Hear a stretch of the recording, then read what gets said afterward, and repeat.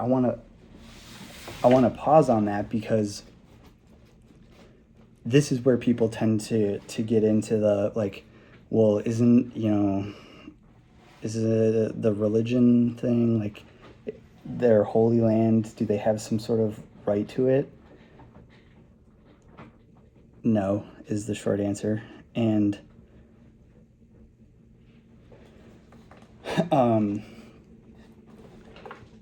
it's a completely rogue move. There are, again, globally understood borders established. There are numerous documents clearly establishing the borders. Israel has no claim to that land. That is Palestinian territory.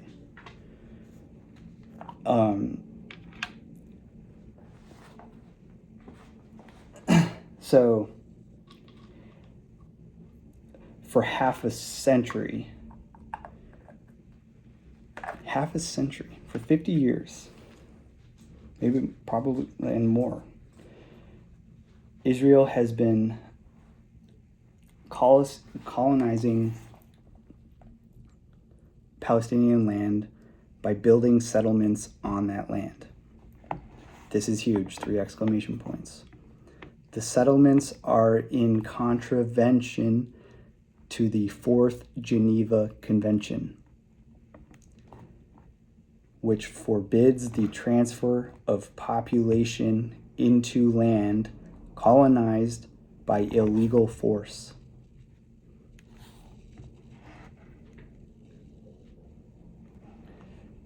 At the time of the documentary, the settlements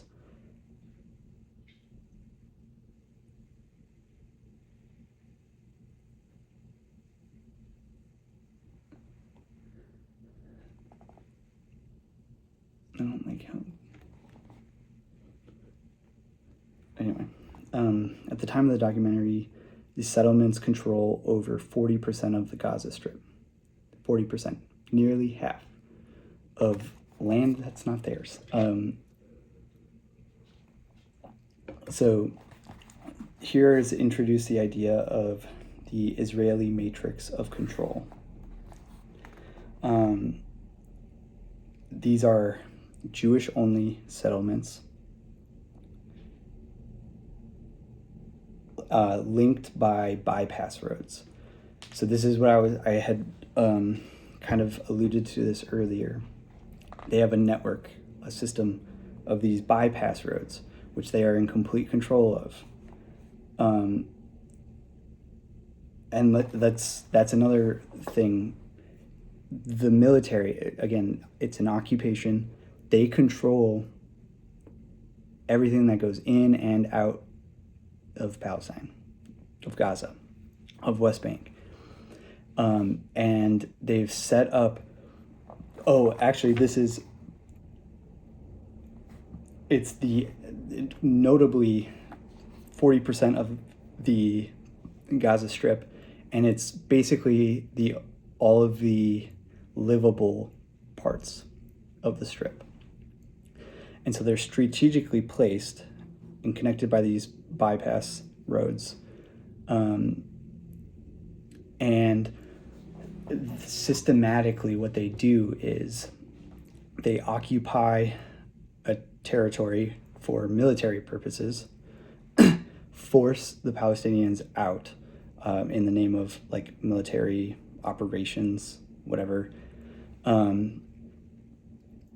And then they kind of just sit on it for a little bit, and then either something else happens, or they do a little sleight of hand. They bring your attention over here, but the action's happening over here. What's happening over here? They're sneakily moving in Jewish settlers to these Jewish-only settlements. And that's a strategic move. Because once they have settlements and people living there, it becomes easier for them to claim that as their own. And the more that they can do it, ultimately they want it all. They at least want West Bank. which is, do they get into? Yeah, they do. I'm gonna just keep reading. I had some questions that I wanted to outline right now. This one was similar to a question posed before, but I want to try to make sure I capture the distinction. Why fight so hard for this? Like, what happens after?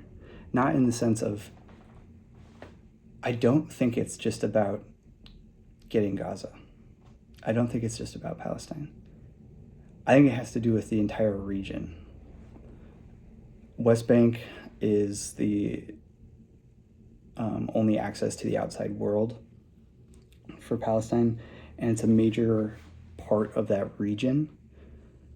And so part of me, right, and especially when you factor in, there are attempts in Egypt and Lebanon, and you have to wonder, is that my follow-up here? Yes. What's in it for the US? Why are we supporting this thing? Because you have to know, is it a strategic play for global control? That was a thought that I had. How much are the trade routes and settlement resources a factor? Oh, we do learn this later. The oil, Middle East oil, provides the US with veto power over Japan for sure, and more power over Russia. So the oil is critical. And that's what, again, I think it's not just about Palestine, it's about that entire region. And that's scary. Because if you, and that's, another thing from a different, set of interviews.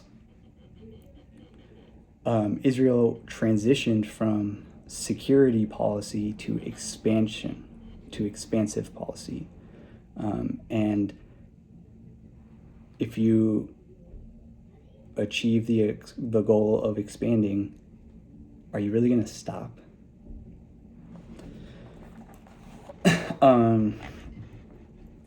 And so what I'm less certain about, I feel like that the regional aspect is probably a fair hypothesis.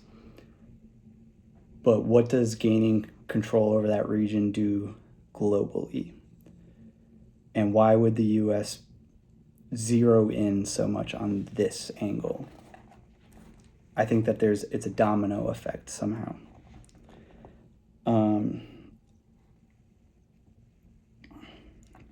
And I said, I just can't wrap my head around the US support because, officials, our higher ups, they undoubtedly know the truth. They know there's an agenda here. And the one question that I am I'm going to have to do it. I don't like how I framed it. Let me say this up front. I don't like how I framed this, but was Kanye right to say what he said? Obviously he had poor delivery, poor execution, and he said it in kind of this aggressive way, but honestly,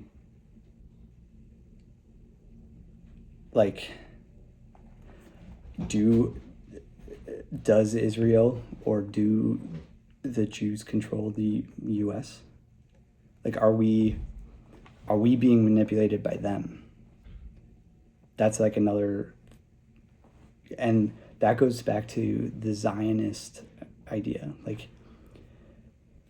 When your religious holy land, right, and those people call on you to fight on their side in all of this, and especially when there are a lot of powerful people here that have influence and sway and are willing to do that. I don't think it's unreasonable to think that they have the control of our major decision makers through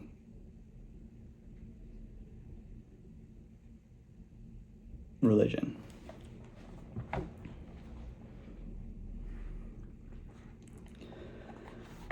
So, Zionism allows for global support. You get to have troops on the ground all over the world. And again, I'm going to keep hammering this one home.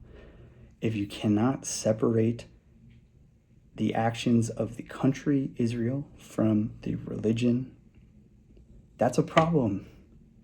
Why is this the one situation where we don't think that? That's crazy to me.